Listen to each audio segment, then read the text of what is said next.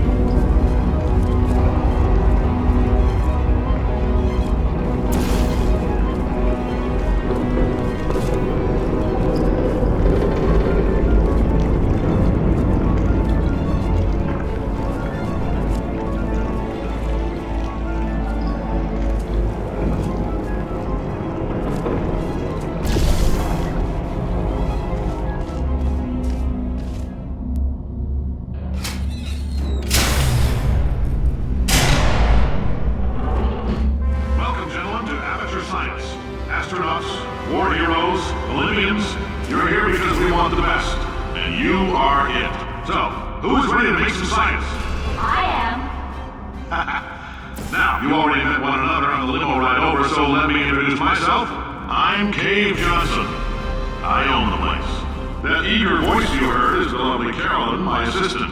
Rest assured, she has transferred your honorarium to the charitable organization of your choice. Isn't that right, Carolyn? Yes, sir, Mr. Johnson. She's the backbone of this facility. Pretty as a postcard, too. Sorry, fellas. She's married. To science.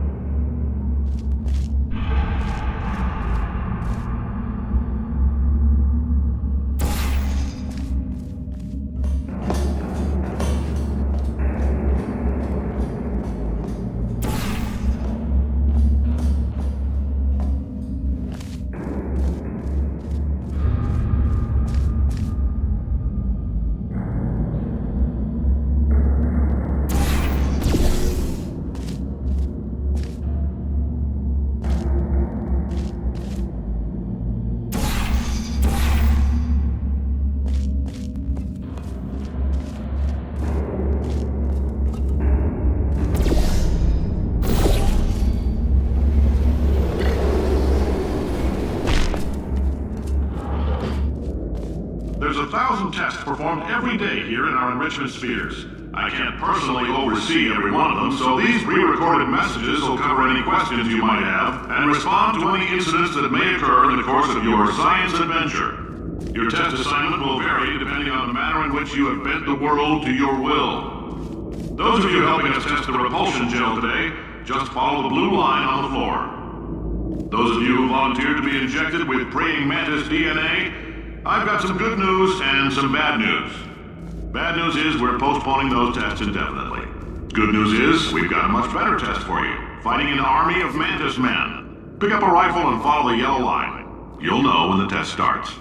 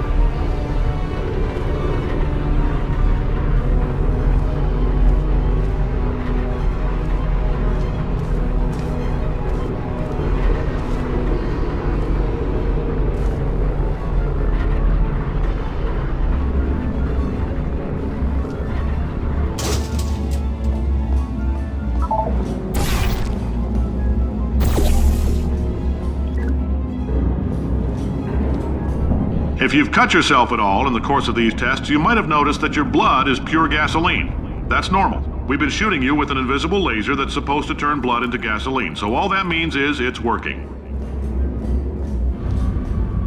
If you need to go to the bathroom after this next series of tests, please let a test associate know, because in all likelihood, whatever comes out of you is going to be coal. Only temporary, so do not worry. If it persists for a week, though, start worrying and come see us, because that's not supposed to happen. Just a heads up, we're going to have a superconductor turned up full blast and pointed at you for the duration of this next test. I'll be honest, we're throwing science at the wall here to see what sticks. No idea what it'll do. Probably nothing. Best case scenario, you might get some superpowers. Worst case, some tumors, which we'll cut out.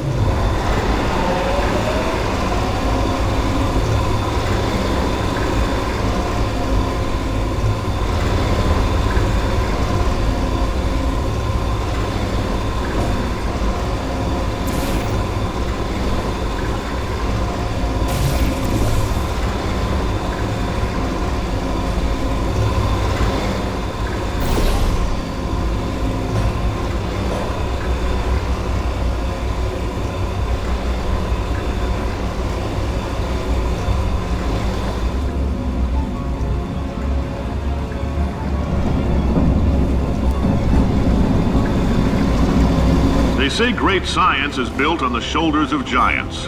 Not here. At Aperture, we do all our science from scratch. No hand-holding.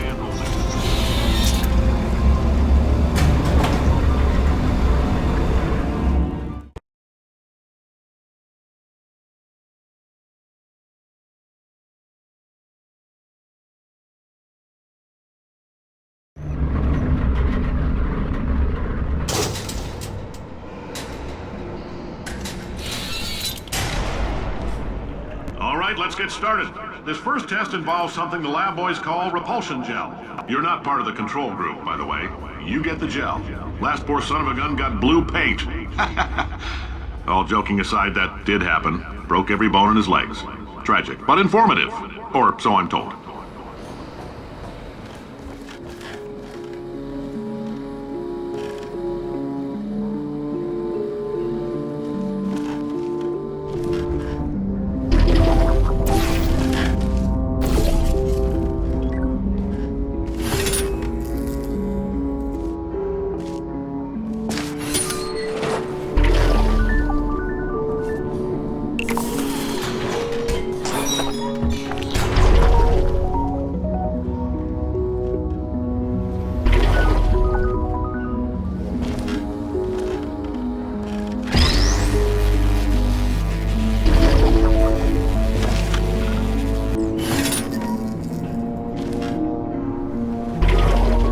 Boys just informed me that I should not have mentioned the control group. They're telling me I ought to stop making these pre-recorded messages. That gave me an idea. Make more pre-recorded messages. I pay the bills here, I can talk about the control group all damn day.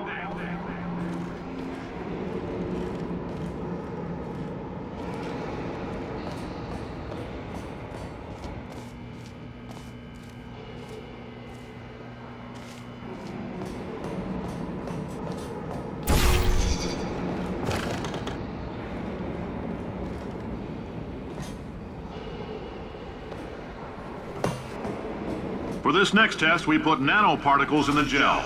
In layman's terms, that's a billion little gizmos that are going to travel into your bloodstream and pump experimental genes and RNA molecules and so forth into your tumors. Now, maybe you don't have any tumors. Well, don't worry. If you sat on a folding chair in the lobby and weren't wearing lead underpants, we took care of that too.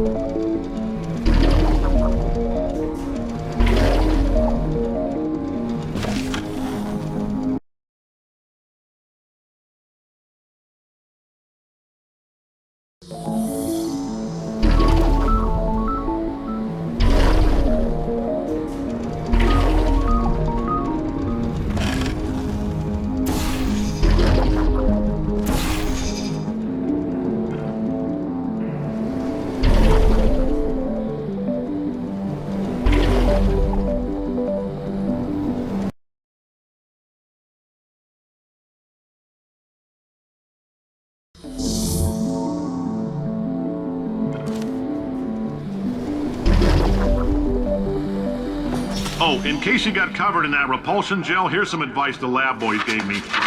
Do not get covered in the repulsion gel. We haven't entirely nailed down what element it is yet, but I'll tell you this, it's a lively one, and it does not like the human skeleton.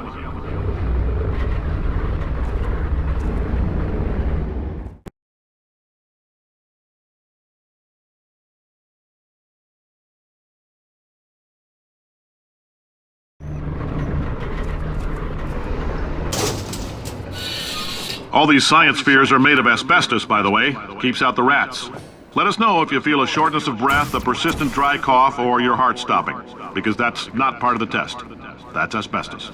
Good news is the lab boys say the symptoms of asbestos poisoning show a median latency of 44.6 years. So if you're 30 or older, you're laughing.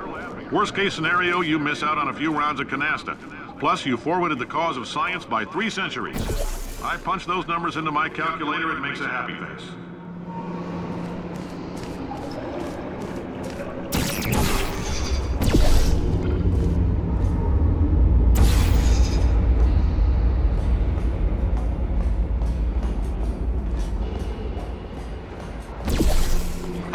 I like your style. You make up your own rules, just like me. Bean Counter said I couldn't fire a man just for being in a wheelchair. Did it anyway. Ramps are expensive.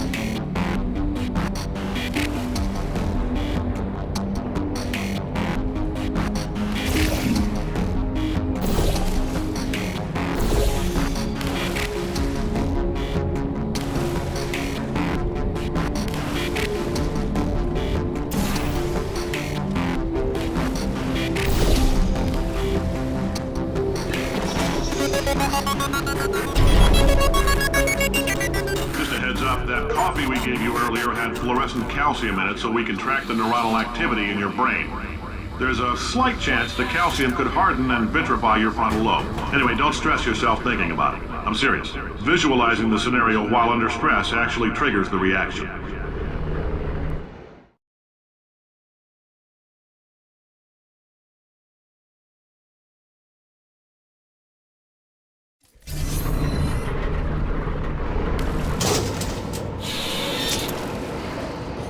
Now, if you're part of control group Kepler-7, we implanted a tiny microchip about the size of a postcard into your skull. Most likely you've forgotten it's even there. But if it starts vibrating and beeping during this next test, let us know.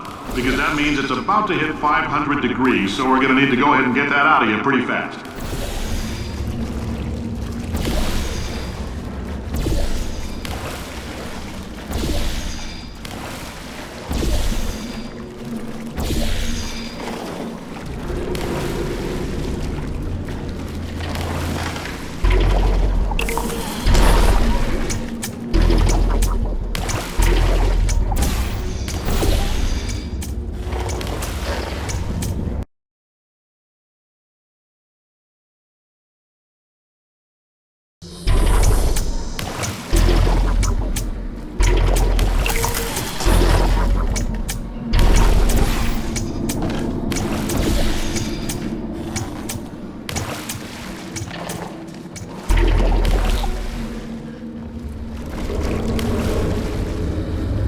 I'm telling them, keep your pants on.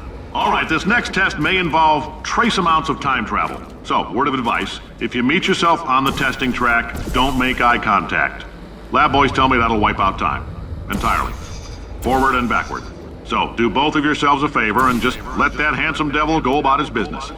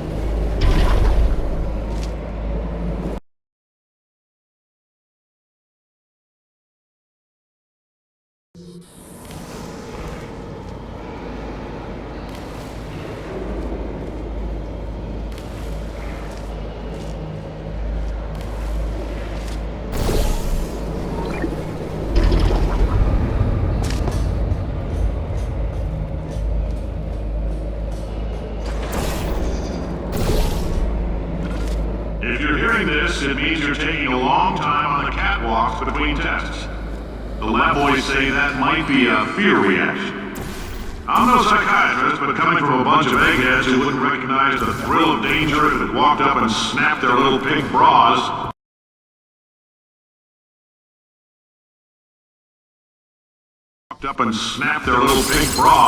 that sounds like...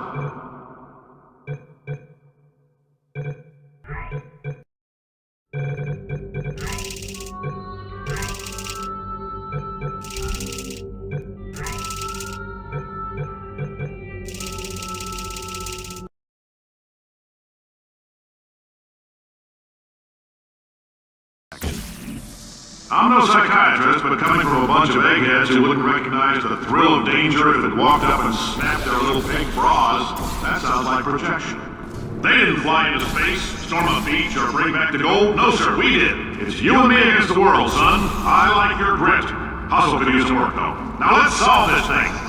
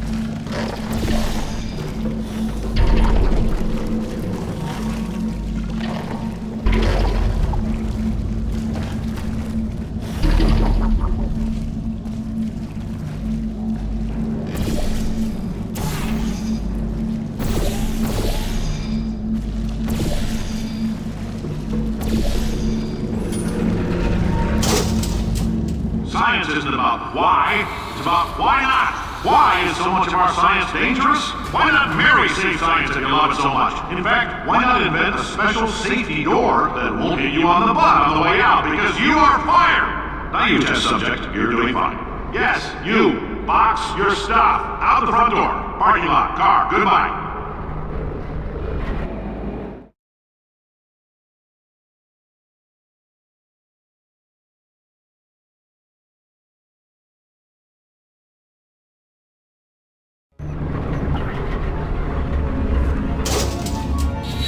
Congratulations! The simple fact that you're standing here listening to me means you've made a glorious contribution to science. As founder and CEO of Aperture Science, I thank you for your participation and hope we can count on you for another round of tests. We're not going to release this stuff into the wild until it's good and damn ready, so as long as you keep yourself in top physical form, there'll always be a limo waiting for you. Say goodbye, Carolyn. Goodbye, Carolyn. She is a gem.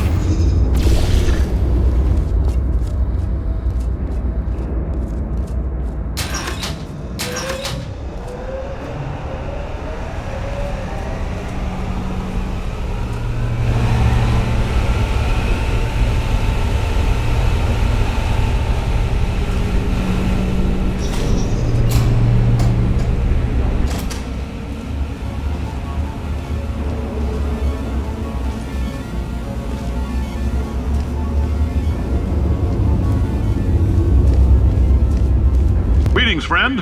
I'm Cave Johnson, CEO of Aperture Science.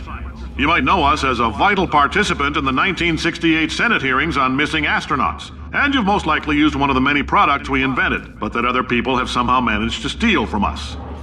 Black Mesa can eat my bankrupt... Sir, the testing? Right. Now you might be asking yourself, Cave, just how difficult are these tests? What was in that phone book of a contract I signed? Am I in danger? Let me answer those questions with a question. Who wants to make $60? Cash. You can also feel free to relax for up to 20 minutes in the waiting room, which is a damn sight more comfortable than the park benches most of you were sleeping on when we found you. So, welcome to Aperture. You're here because we want the best, and you're it.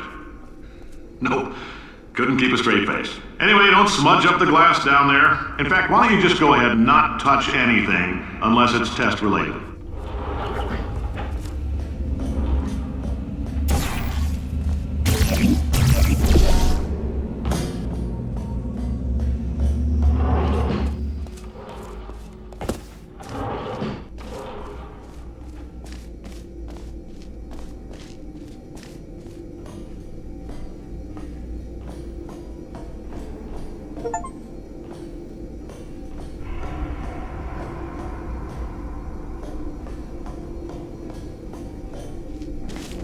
Alright, we're working on a little teleportation experiment. Now, this doesn't work with all skin types, so try to remember which skin is yours, and if it doesn't teleport along with you, we'll do what we can to sew you right back into it.